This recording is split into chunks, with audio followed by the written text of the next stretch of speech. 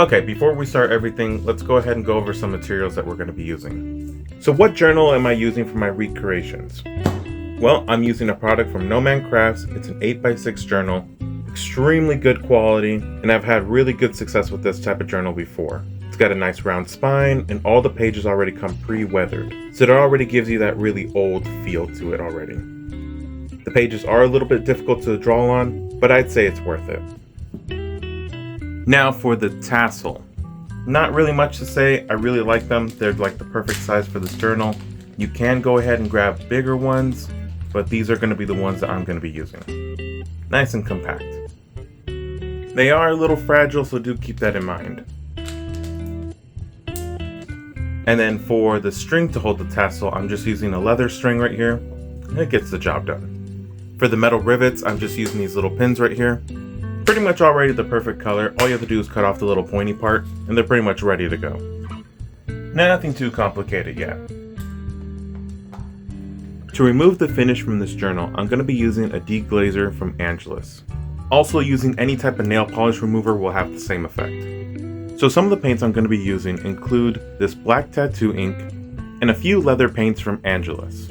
Feel free to swap this out with any paint of your choice, just make sure it's some type of flexible paint, because if you use something like an acrylic, it can crack on you.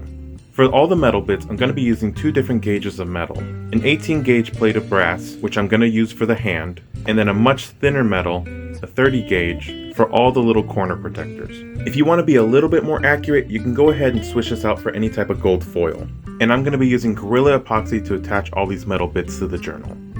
A couple of tools I'm going to have here just to cut everything out, which include these pliers and some 20 gauge straight pattern snips. Some regular kitchen scissors, some gloves of your choice, any type of super glue. I'm going to be using Gorilla Super Glue, Scotch tape, which is optional, you don't have to use this, some type of vinegar. I'm going to be using 4 monks, and any kind of iodized salt. And then to mix everything, you are going to need some type of container.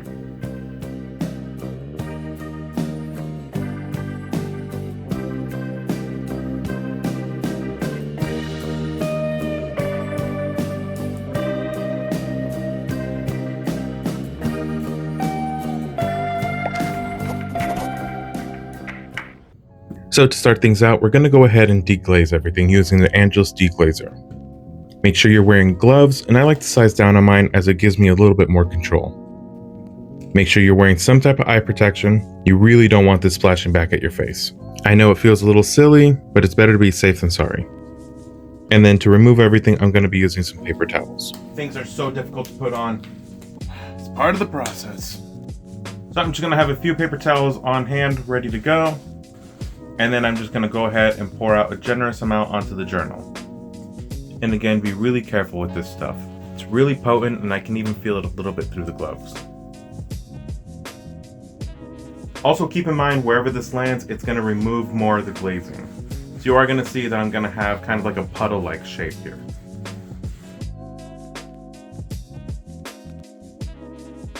And so our main goal here is just to try to get rid of some of that shine. That oil-like film on top is what's keeping the paint from attaching fully to the journal. You can leave it on, but you risk the paint coming off really easily. So I have a crazy idea. I kind of want to leave the journal outside in the sun in hopes that I'll get these crazy looking cracks on the journal. You know, because it's exposed leather. It's nighttime right now, but you know, the sun's eventually got to come up. So while we wait for that experiment to go on, let's go ahead and work on the corner protectors.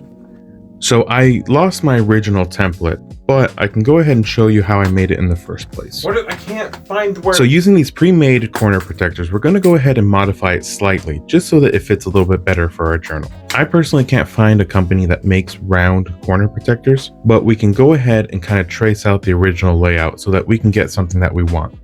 So I'm going to go ahead and unfold this one so that we can get a feel for what this actually looks like. We have a pretty good shape here to work with.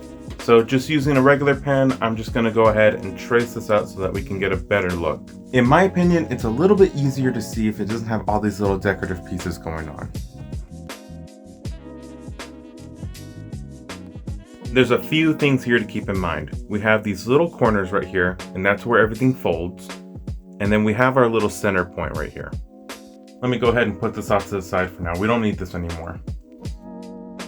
And so we have a pretty good shape here already, but we don't need any of these little indents here. So it's just as simple as making an arch from one side to the other side.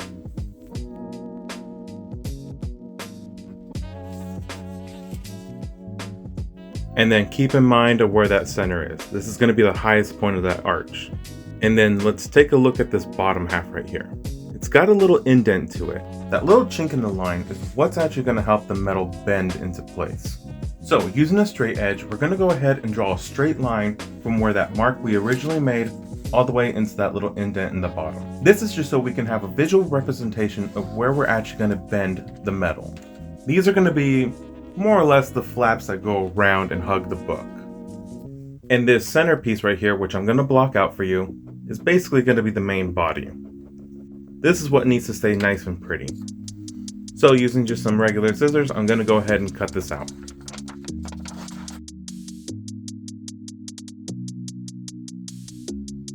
And remember, that little chink in the bottom is the most important part. Without it, none of this is going to fold over. And so just as a visual, we're going to go ahead and fold over each one of these corners. And this is what we're left with. So using my journal 3, we can go ahead and try to compare the two and see how we did. And you can see it's pretty much an exact copy here. And then if we flip over the journal, we can go ahead and visualize what this is going to look like. So we're just going to place it in the corner and then have the flaps kind of wrap around this. And this is a really good visual of what this is going to look like. If we flip it around, you can go ahead and see what the inside is going to look like. And you can see this hugs the book really well. It's not perfect, but we really don't need it to be perfect. And if you want to use this template yourself, I'm going to go ahead and leave a screenshot right here. Feel free to use that. Now, say by chance that you don't cut this out perfectly. Well, an easy fix is go ahead and fold it in half, and then we're going to basically look for any imperfections in the corners. It's a little bit hard to see on my end, but if I mark it up with a pen, it'll make it a little bit easier to see what I'm talking about.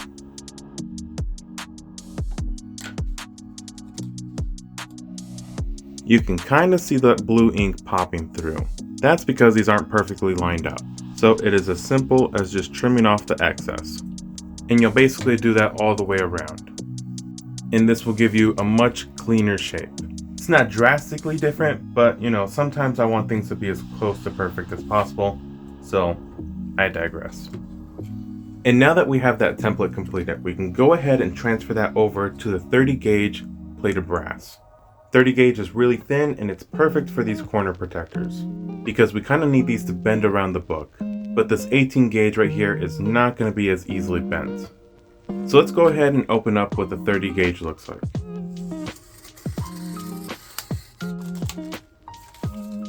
The metal is really thin and it has to be protected with 2 layers of cardboard. Matter of fact, you can see that corner right there is already bent for how soft this is. And that's no fault of the company. They're going to try their best to keep this safe. The metal just happens to be really soft. Using a red Sharpie, I'm just going to go ahead and trace out this template on all the corners. Makes it a little bit easier to use the corners, but feel free to use any part of the brass. This is where it really comes in handy. You can see it just kind of layers in there perfectly. And you don't even have to worry about those straight edges anymore. It kind of works out itself.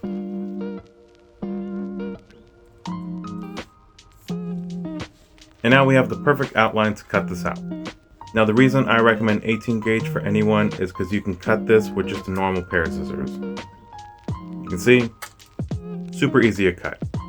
You don't need any fancy equipment to cut this stuff out.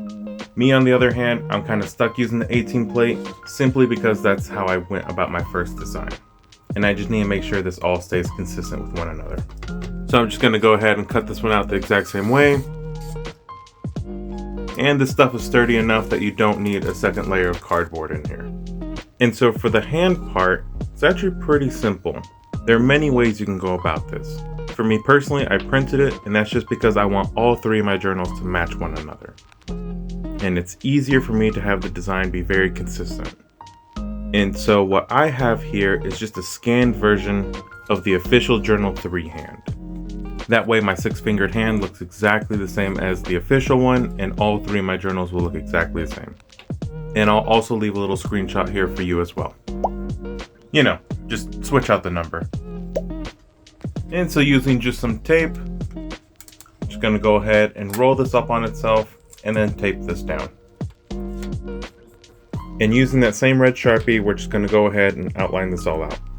And if you don't want to use a Sharpie, you can go ahead and add like some double-sided tape and then cut it directly from the template. The Sharpie is a little bit difficult to remove, so do keep that in mind as well. What the shit happened here? Look at this. Look at this mess. I saw this on my way over here. Jeez, look at this. Oh, it was a bad time to give away my spare journal. Alright, so maybe the sun will fix it again. Okay, while we wait for that to fix itself, let's go ahead and cut out all the little metal bits. So very similar, we're going to have eye protection. Again, you really don't want anything flying at your face. And then I'm going to wear 1 cut resistant glove. I only use 1 just because I need more control with my other hand. And realistically, only my left hand is actually going to be dealing with any of the little pointy and sharp bits. So I'm actually going to start off with the easier of the 2. And to reiterate, you can use regular kitchen scissors for this. I'm just going to be using the tin snips just because I have them on hand.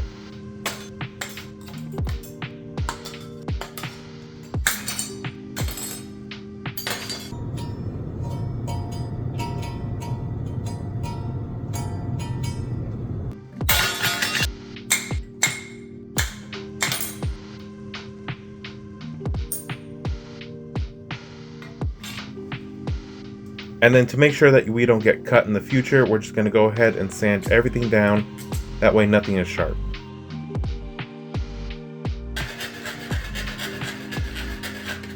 Yeah, that should do. Alright, so now we're at this point, all the metal bits are cut, but they're really wonky looking, and so what we're going to do is we're just going to flatten this out the best that we can. The way I do it is I use a rubber mallet, and then I have a spare table leg sitting around. And what I'm going to do is I'm just going to place this on top, and we're just going to go ahead and hit this over and over until we flatten out the piece of metal. Very barbaric, but it's going to work, watch. And all the little dirt and stuff is going to add extra scratches that we really want in there. It gives it that authentic look.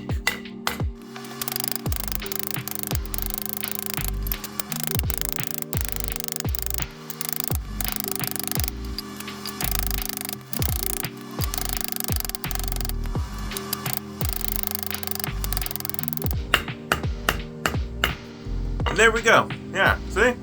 10 minutes of work.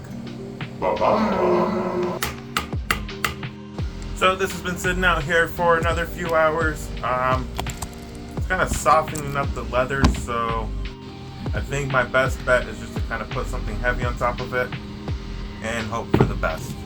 And just found this piece of wood over here just rotting, so we're going to use that and hope for the best. Alright, so as the sun is going down, everything's cooling down, and it looks like the journal is actually flattening out. I'd say that looks not too bad, actually. Look at that. So because I don't learn my lesson, let's go ahead and experiment one more time. So the idea here is to heat up the metal and just kind of see what kind of colors we get out of that. The theory is you heat it up, it's going to get different color changes because it's metal. I think it does that. Don't fact check me. I'm going to fact check myself right now. Should I be doing this on the finished piece? No, probably not, but we're going to do it anyways. And so here we go. Gotta give it some more juice. Sounds like breakfast cooking right there. Now, what are the repercussions of doing this? Well, I'd say looks pretty good. Gonna actually do it a little bit more and see what other effects I can get out of this. And, you know, this is fire. Don't mess with it at home. If you are, be really safe about it, please. I know I'm messing around, but I'm actually being really careful about this. Just to reiterate, please be really careful around an open flame.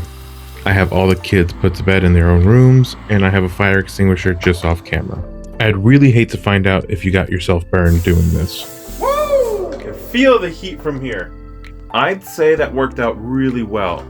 So all we gotta do now is just kind of rinse and repeat and do this for all of the corner protectors. Easy peasy lemon squeezy.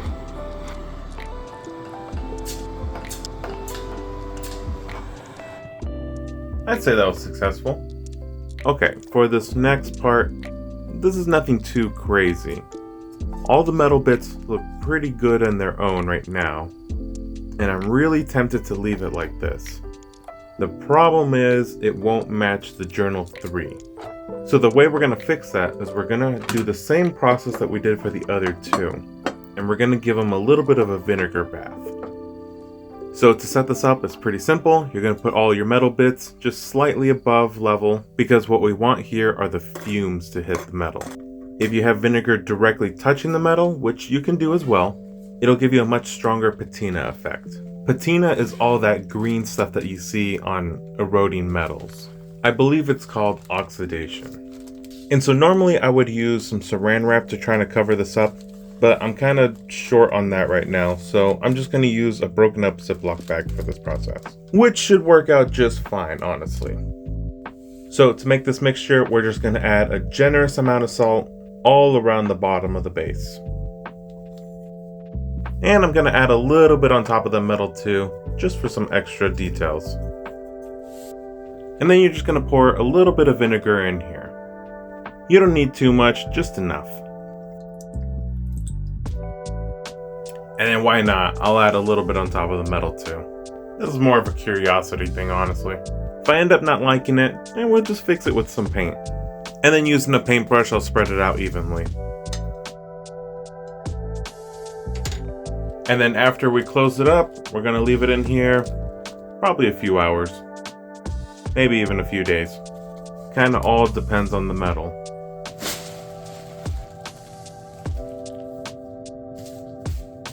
So I ended up messing with it just a little bit more. Basically the same thing, just letting it heat up, adding something heavy, letting it cool down over and over until I got a straightened out journal again. So what did I learn from that experience? Not to leave it outside. That's what I learned. And so now I have all my paints here ready. I'm mostly going to be using the Angelus, and I'm thinking of making kind of like a darker tone red here. I don't want it to be quite red like Journal 1, because for my rendition, right, Journal 1 was in Stan's possession, so it would have been in a nice air-conditioned building, and it would have retained that red color. My Journal 3, it's darkened a lot more than it was originally, but the idea behind it was if it's out in the woods exposed to moisture and the elements, it was going to darken over time. And so the same thing with Journal 2, it would also be outside, exposed to all the elements, so it also needs to be a really dark color. So I'm thinking it's going to be an extremely dark red, purplish color. Much closer to Journal 3 for sure. But I don't want it to have the exact same color tone to it. If the two are the exact same color, that makes it really look unbelievable. So it just needs to be similar enough, but slightly different. That way it really looks like they were in their own environments. And so to start off, we're going to add a little bit of red into this cup, followed up with a little bit of purple, some orange, and a few drops of black just to darken it up. And then I'll go ahead and give that a good mix. And that's pretty dark right there, and it should be just enough to give it a gleam of color. But we won't know until we fully paint everything and let it dry. So I'm gonna go ahead and coat the whole thing.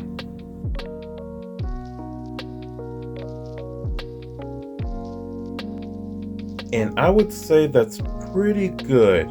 It has just the smallest tint of reddish purple to it, making it really similar to Journal 3, but just slightly different. Okay, I realized that I completely forgot about the wraparounds, but this is pretty simple. I just kind of put a piece of tape around the original Journal 3 wraparounds, traced it out, and then we're gonna cut it out. Simple, simple.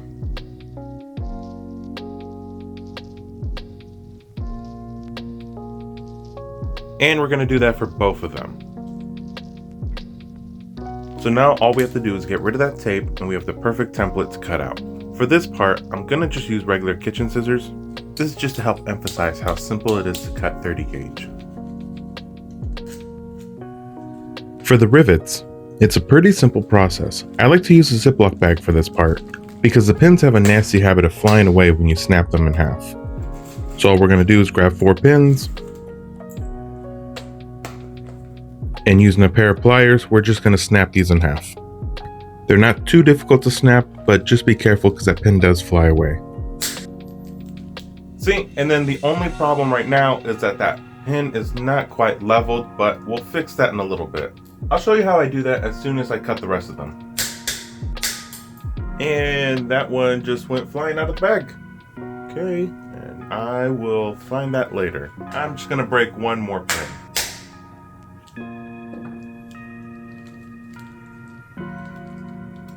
And you can see all the pins are safely inside the bag. So this is gonna be really simple. You already know what we're gonna do with the metal. We're just gonna smack that with a piece of wood.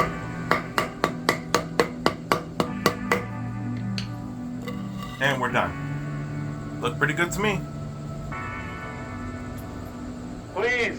And the rivets are really simple. You're just gonna give them a couple little taps. Just enough to flatten out that bottom pin. And you can see that pin just kind of wrapped around back inside. And I'm just wondering here, what'll happen if I heat up the pin? I don't think this is actually the metal. I think this is painted, so. Yep, nothing happens. So this has been soaking for quite a while, and I'm thinking I'm just gonna replace the corner protectors for the wraparounds and these rivets right here. Gonna let that hand soak for a little bit longer.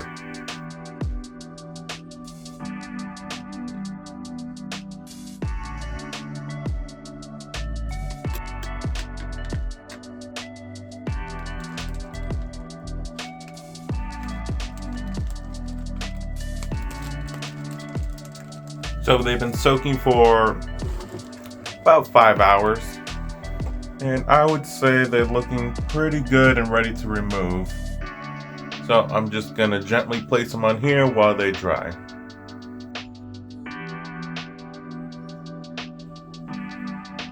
So I just kind of had them drying all day and they're looking pretty good. I'm really liking this color.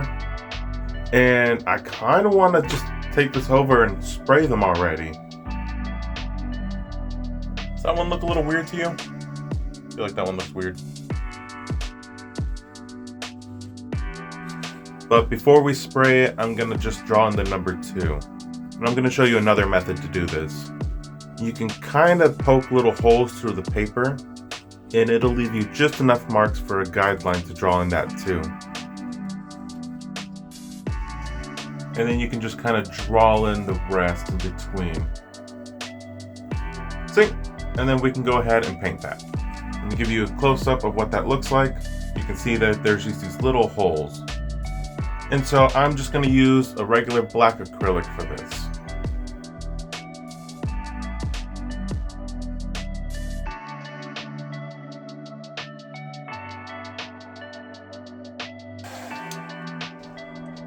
And then using a paper clip, I'm just going to go ahead and scratch up the paint a little bit, just so that it doesn't look so nice and new.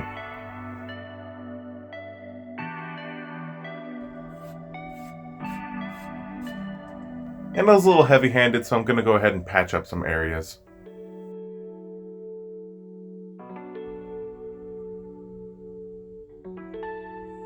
And I really should have put this in beforehand, so I'm just going to go ahead and give it a really quick dip, just so that I can get some patina on top of that too. Look, they look like little smiley faces.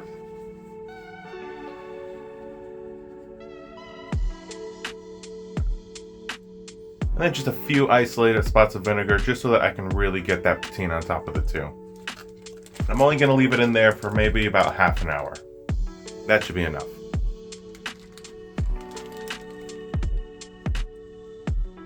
Well, I would say that looks pretty good. And as soon as this dries, we can go ahead and add in the dirt effect. All right, and then for the muddy color, we're gonna use a little bit of black.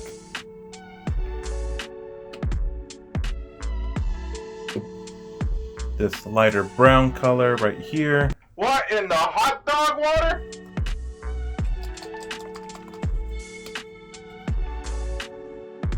This lighter brown color here.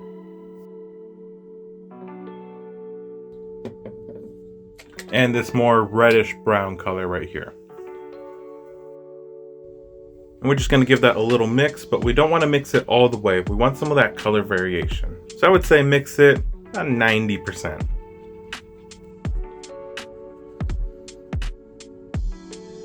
And then I'm gonna apply this with a paper towel.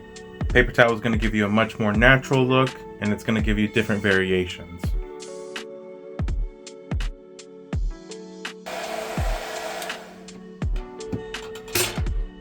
And then from this point, we're just gonna add a clear spray, and we're gonna do a couple layers. I'm thinking maybe about 3 different layers. Okay, so now we're gonna work on the actual design of the journal.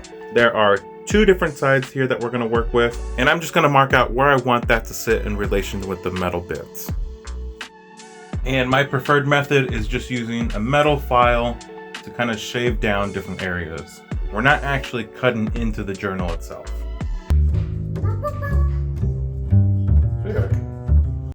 And I feel like nothing dangerous is happening here, so I'm okay with the kids being around me. Matter of fact, both of them are kind of just watching me from a chair just off camera. But they did shortly leave just because this isn't really all that interesting to them.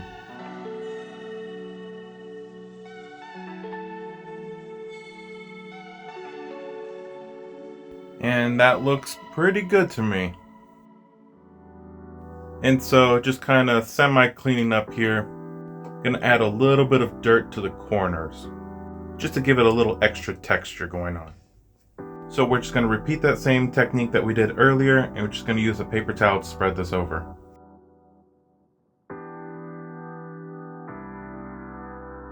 And that should do it. So taking a second look at the hand, I'm realizing there's a lot of patina here, and I think it looks a little too much. So I'm thinking if I use maybe the deglazer, maybe I can kind of get rid of some of this finish, and that'll help me get rid of some of that patina. So I'm just going to use a paper towel, and I'm going to gently wipe away what I can.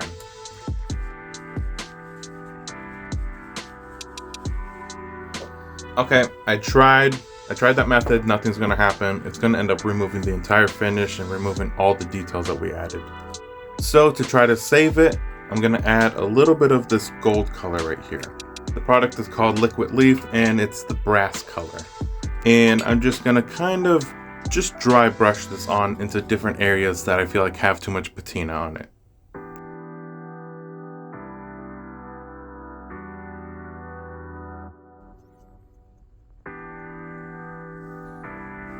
I also have this idea where I kind of want to have like flaky metal bits. You know, like when certain metals rust, they start flaking. And so what I'm thinking is if I scrape up the metal and kind of remove the finish on purpose, I'll be left with like different layers, maybe.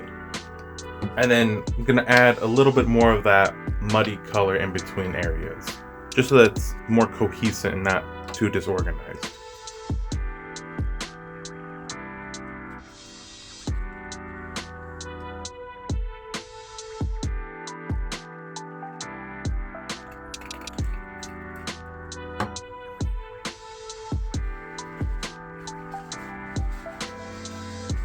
Oh, what a familiar sight. Same thing, just gonna spray everything down. So apparently this footage does exist. For some reason, in my first Journal 3 recreation, I didn't include how to actually tie the knot, because I tried to review it because I don't remember how I did it. And it's a good thing I kept all the old information and files because I was able to recover what it actually looked like. So I'm gonna try my best to try to explain it. It's really complex. I don't think it's even a real knot, and it's held down with super glue. So let's see if I can try to explain this without it being too confusing. So grab a generous amount of string. It's better to have extra than not enough. Go ahead and pick your favorite tassel. And let's go ahead and get a close up on this. Step 1, thread it inside the actual loop. And make sure to give yourself plenty of excess string. 2, you're going to fold it up on itself, making this little wavy shape. After, we're going to roll it on itself 3 times. And don't make those loops too tight, because then we're going to feed the string in between all itself.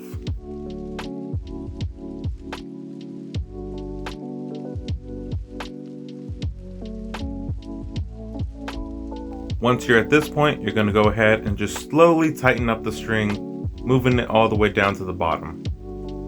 This takes a lot of finicking, so I'm going to speed it up just a little bit here. Now that you have this all nice and tightened up, we're actually going to rethread the longest string that we have back into the first loop so that it can match the shorter string.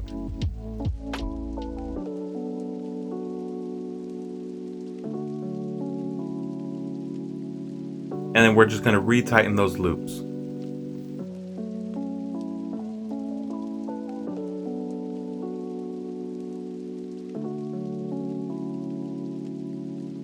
And you should be left with this honeycomb type shape right here. For the transition part, we're going to use some super glue for this part. Just making sure that it's working. And so, similar, we're going to wrap it around itself 3 more times. And we're going to be super gluing it down as we go.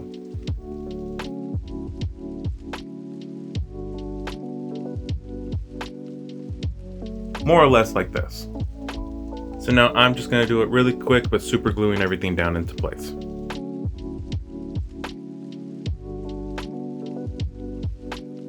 And once you're done, you're just going to go ahead and cut off the excess string. And you should be left with this really complex honeycomb knot, if you can even call it that. It looks like one of those honey dip sticks. You know the one, right? And I recommend doing this after you have everything tied down, because sometimes that metal bit can snap while you're trying to tie on the tassel. So just using a little bit of acrylic, I'm gonna dirty up that tassel just a little bit, just so that it looks a little dirty. And now we can go ahead and move on to actually tying this to the journal itself. So how are we going to do this? Well, not too complicated. Basically, we're going to feed this string into the spine. And we're going to let the book hold this in place. And if it gets stuck, you can use a paper clip to try to fish it out.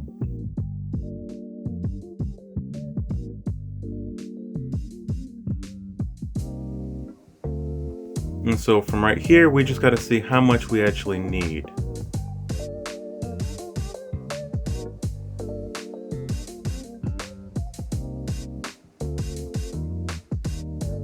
And then if we compare it to Journal 3, because we want these to be very similar, we can see how much length we actually need here.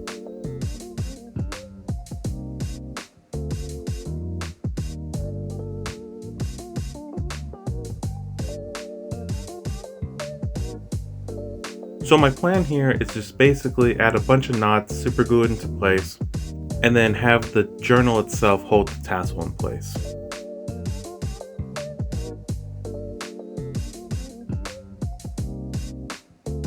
The knot isn't anything fancy, I'm just kind of looping it in on itself over and over, just so I can build up some bulk. Cut off the excess, and basically gonna push it in there.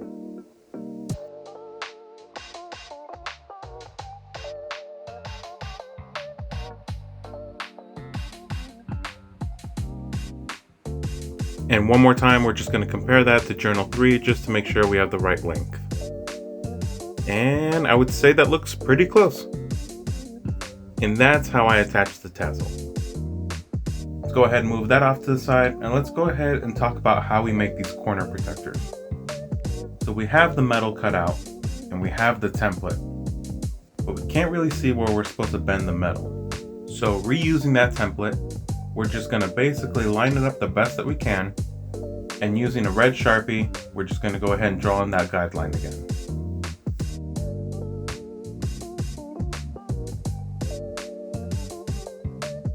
And so it's kind of hard to grab, so if you kind of bend it just slightly, it'll make it a little bit easier to pick up.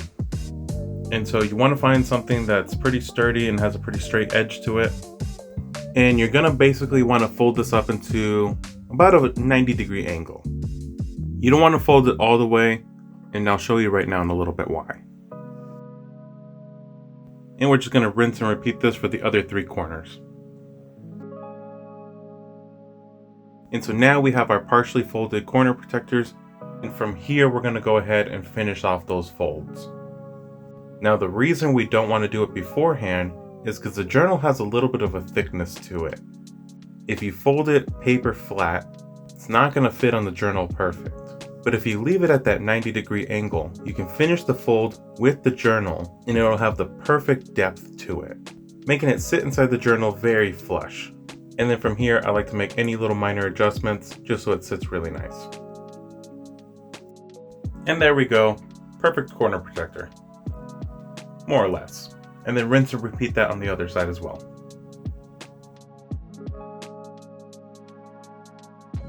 Just gonna give it one last look just to make sure it's sitting correctly. And I would say that's sitting in there pretty nice. And that's ready to glue down. But before we do that, let's go ahead and take them off real quick because we need to add in one minor detail before we continue. So you see this little triangle right here? This one right here? It's actually supposed to have a little bit of a leather flap hanging over it, but I don't actually like cutting into my journal. So using my spare journal, I'm going to cut out just a little piece of leather, and we're going to basically attach that to this journal.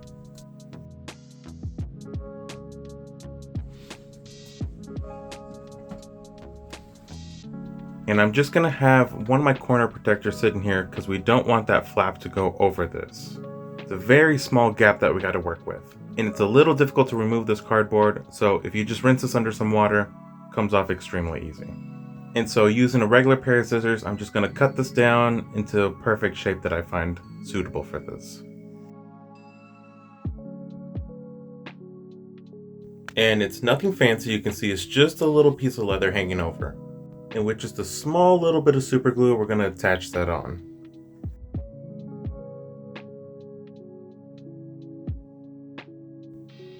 And then with another little bead of super glue, we're going to fold it over on itself.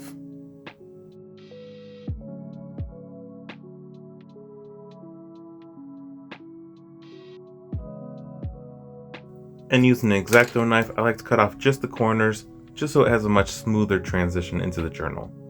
That way it's not so bulky on the edges.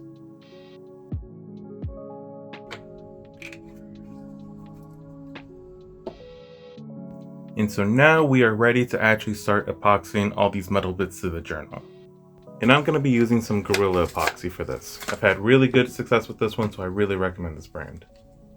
Even if my 1-to-1 ratio is a little off, it always cures just fine.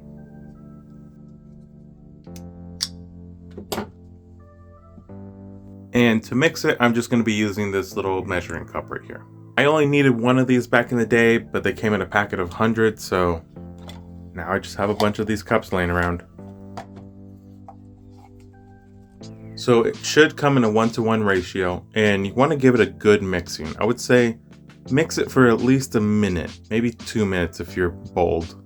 But you have a really small time frame to work with this. You got about 5 minutes. If the room is a little bit cold, you get a little more leeway time. If it's kind of warm, you get a little less. So roughly give yourself around 5 minutes before the stuff starts curing.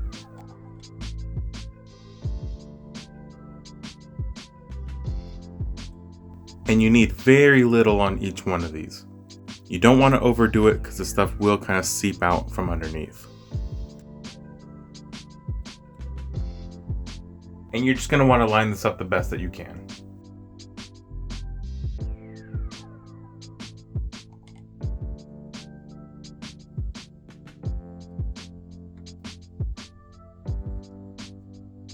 And so what I do to try to keep these in place, just adding a little bit of weight, not too much, is I add a few little paint bottles on top of them.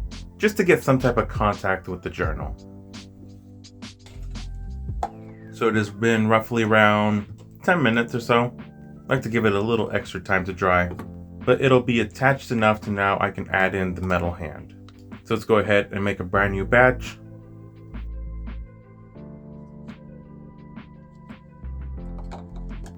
And remember, we just want to give it a really good mixing.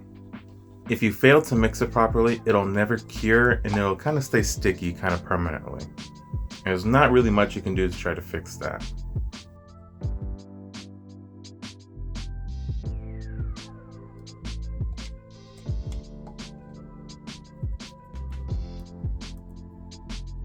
And then just be really careful at this point. We're gonna try our best to center this.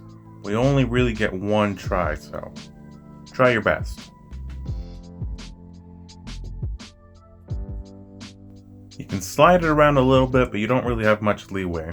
And then to hold it into place, since it's a thicker metal, I'm probably gonna use something a little heavier to hold it in place. And then for the rivets, it's kind of hard since the surface area is really thin, but if you work it around, you can get it to work. Not really anything you can do to try to hold these in place, so I just kind of push them down a little bit. And since you know, I do have to do my dad duties here, so one of my kids broke their toys, so just a little bit of epoxy, and we can go ahead and put this engine block back in.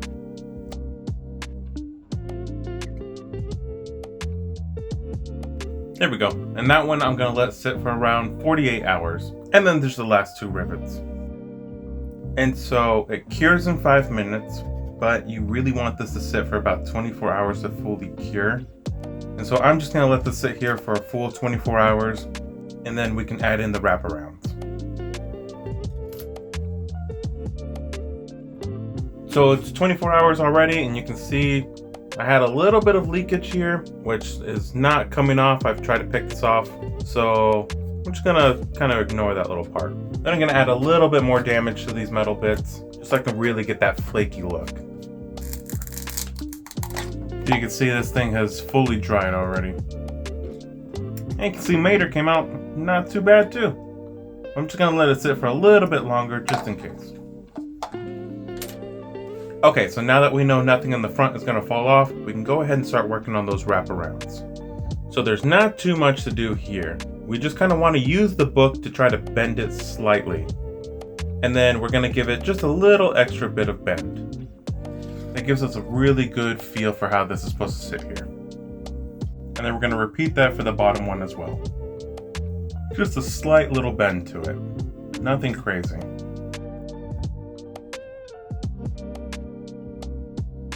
And then we can make just a little bit of epoxy mixture here. Kind of made too much here, but you know, better to have too much than not enough. I gotta get out of here. We're just gonna add a very thin amount. Just want the center to attach. We don't want any of the edges to actually attach. And I'll show you why afterwards.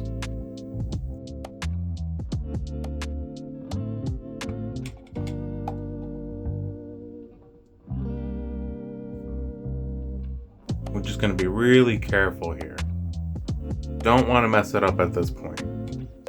And the rule of thumb here is when you see this solidify, then we're kind of good to go.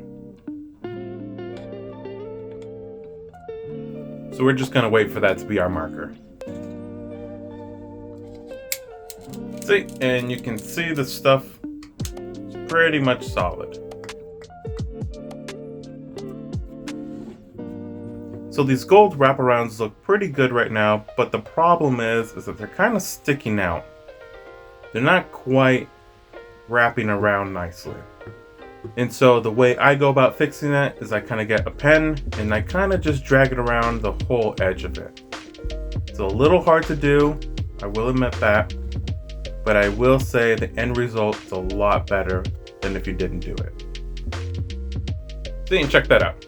Looks really nice, it's wrapped around really nicely. A lot of the detail kind of flaked off, but it can't be helped. And so I'm just gonna do that to the bottom half as well. See, and now that metal's hugging really nicely. And to patch it up, we're basically gonna add in some of that muddy color again. So basically the same technique we did earlier.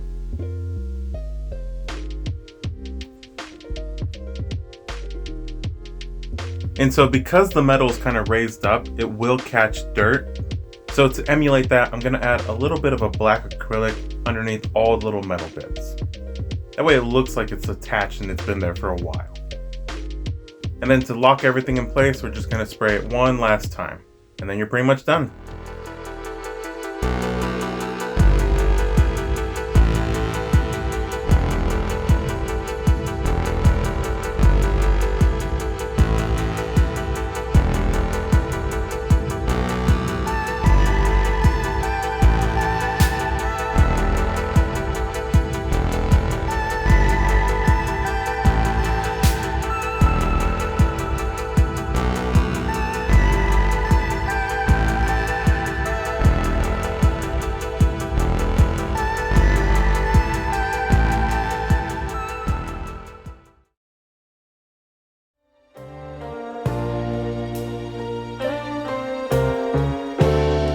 After all these years.